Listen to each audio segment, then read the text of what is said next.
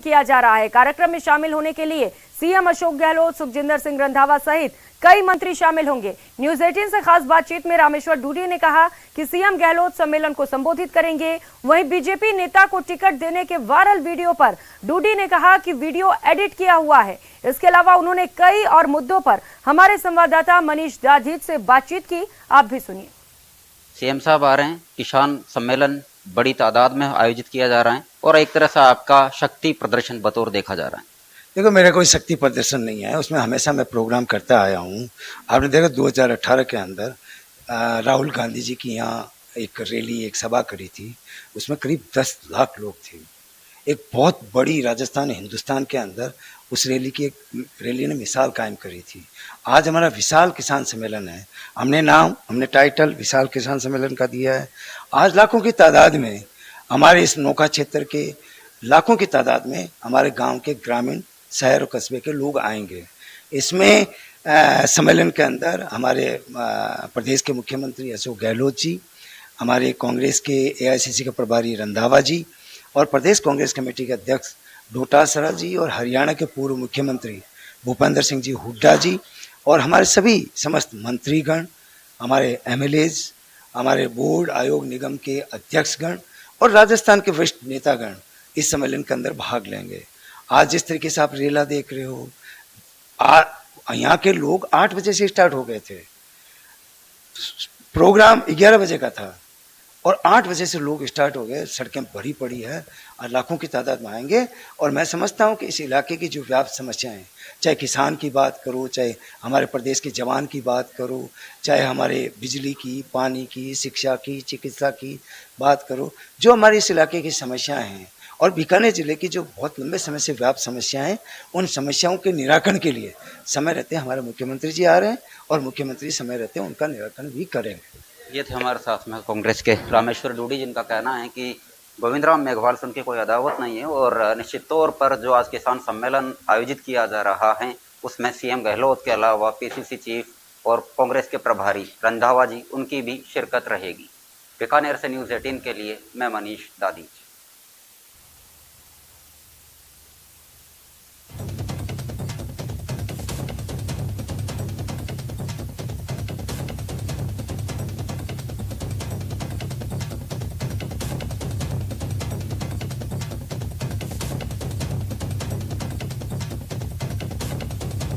अनावरण किया जाएगा। सरकार के कई मंत्री और विधायक भी यहां पर शिरकत करने वाले हैं। मुख्यमंत्री अशोक गहलोत बीकानेर के दौरे पर हैं, जिसकी तस्वीर आप देख पा रहे हैं। बीकानेर का दौरा उनका बेहद अहम माना जा रहा है।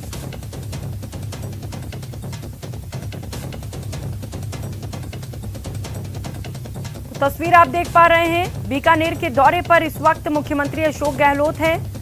रंधावा भी उनके साथ मौजूद रहे, जिसकी तस्वीर हमने आपको दिखाई। पीसीसी चीफ गोविंद सिंह डोटासरा को भी उनके साथ देखा गया है। तो बीकानेर के जसरासर में विशाल किसान सम्मेलन का भी आयोजन किया जा रहा है। कार्यक्रम में शामिल होने के लिए सीएम अशोक गहलोत, सुखजिंदर सिंह रंधावा सहित कई मंत्री यहां पर पहुंच रहे हैं। न्यूज 18 से लगातार रामेश्वर डूडी ने खास बातचीत भी की और अपने शक्ति प्रदर्शन को लेकर उन्होंने बयान दिए।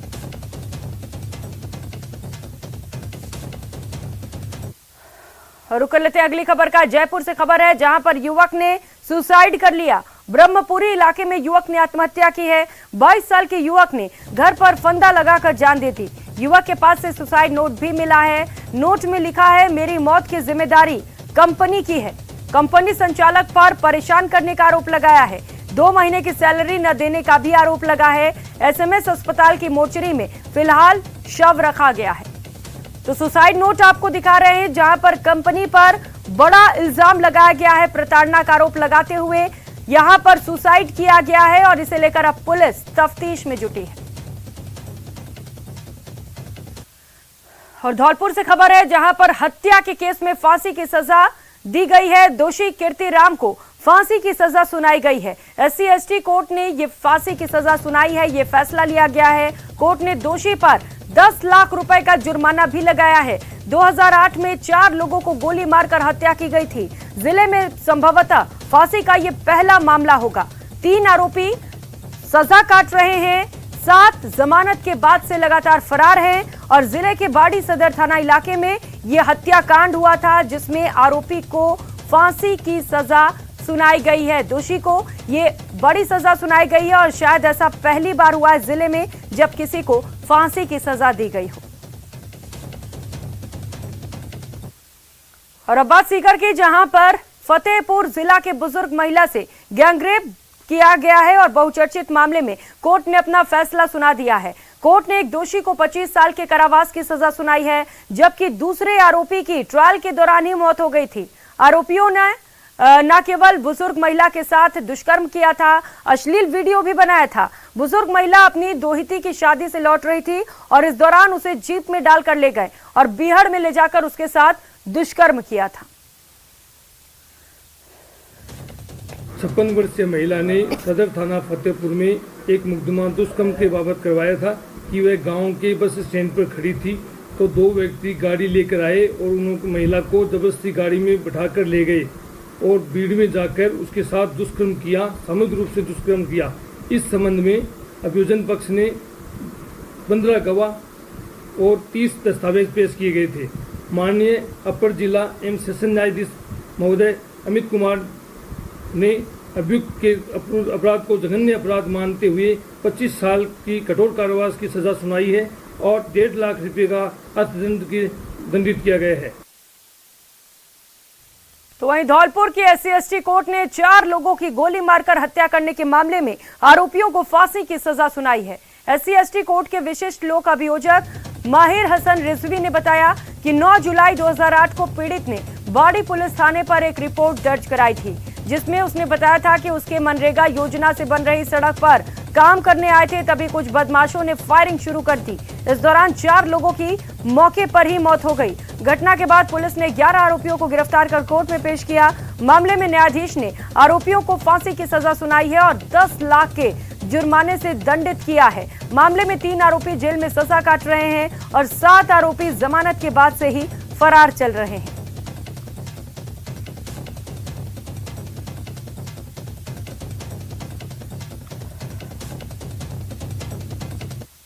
रुक लेते हैं एक और बड़ी खबर का। जोधपुर से ये बड़ी खबर है, जहां पर बदमाशों ने कार के शीशे तोड़ डाले हैं। घर के बाहर खड़ी कार के शीशे तोड़े गए। 4 से 5 शरारती तत्वों की ओर से ये घटना की गई है और घटना का सीसीटीवी फुटेज भी सामने आया है। सीसीटीवी के आधार पर पुलिस ने कार्रवाई को अंजाम दिया है। पुलिस ने 4 युवकों को गिरफ्तार कर लिया है। मधुबन क्षेत्र में ये घटना घटी थी, जिसकी तस्वीर आप देख पा रहे हैं। पहली तस्वीर वो सीसीटीवी फुटेज जहां पर बदमाशों ने आतंक मचाते हुए एक गाड़ी में जमकर तोड़फोड़ की, और दूसरी तस्वीर गिरफ्तारी की बात की है, जहां पर पुलिस ने एक्शन लेते हुए 4 आरोपियों को गिरफ्तार कर लिया है।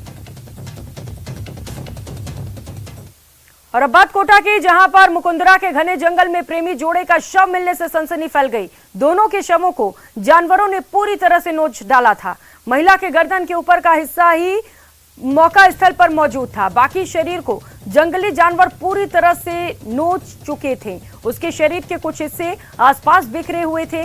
मृतक की शिनाख्त किशोरपुरा निवासी 30 वर्षीय बाबूलाल और 21 वर्षीय धापू बाई के रूप में हुई है। दोनों 9 मार्च से घर से गायब हो गए थे और इस संबंध में कनवास थाने में गुमशुदगी की रिपोर्ट दर्ज कराई गई थी। दोनों का शव तकरीबन 1 महीने पुराना बताया जा रहा है, लेकिन अब मामले की जांच पड़ताल करने के बाद पुलिस ने यह खुलासा किया है।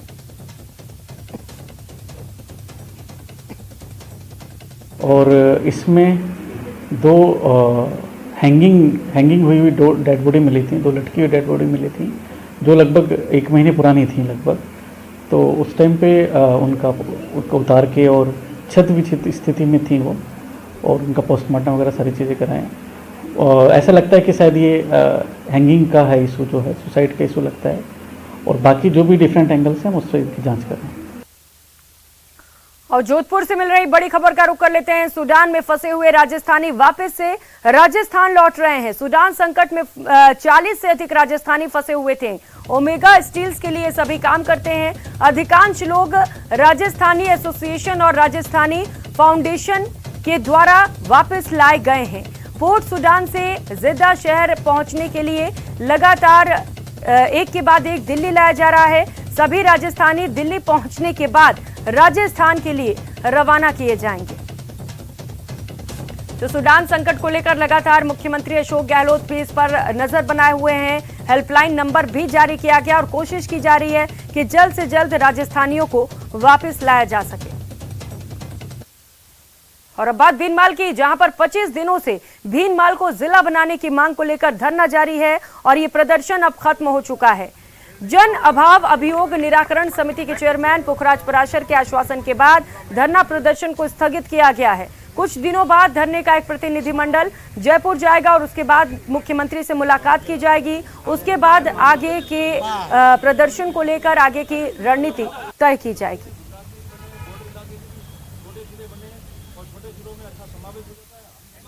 इसमें हम पूरे आपके साथ हैं और आपकी जो मांग है वो वाजिब मांग है।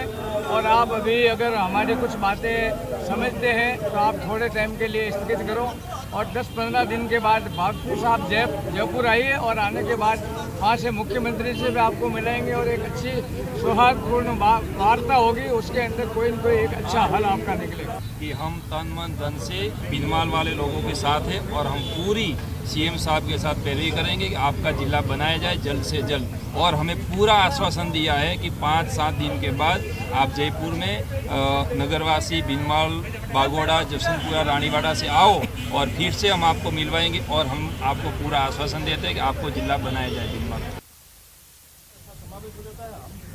क्या होगा क्या नहीं होगा इसके बारे में मैं कुछ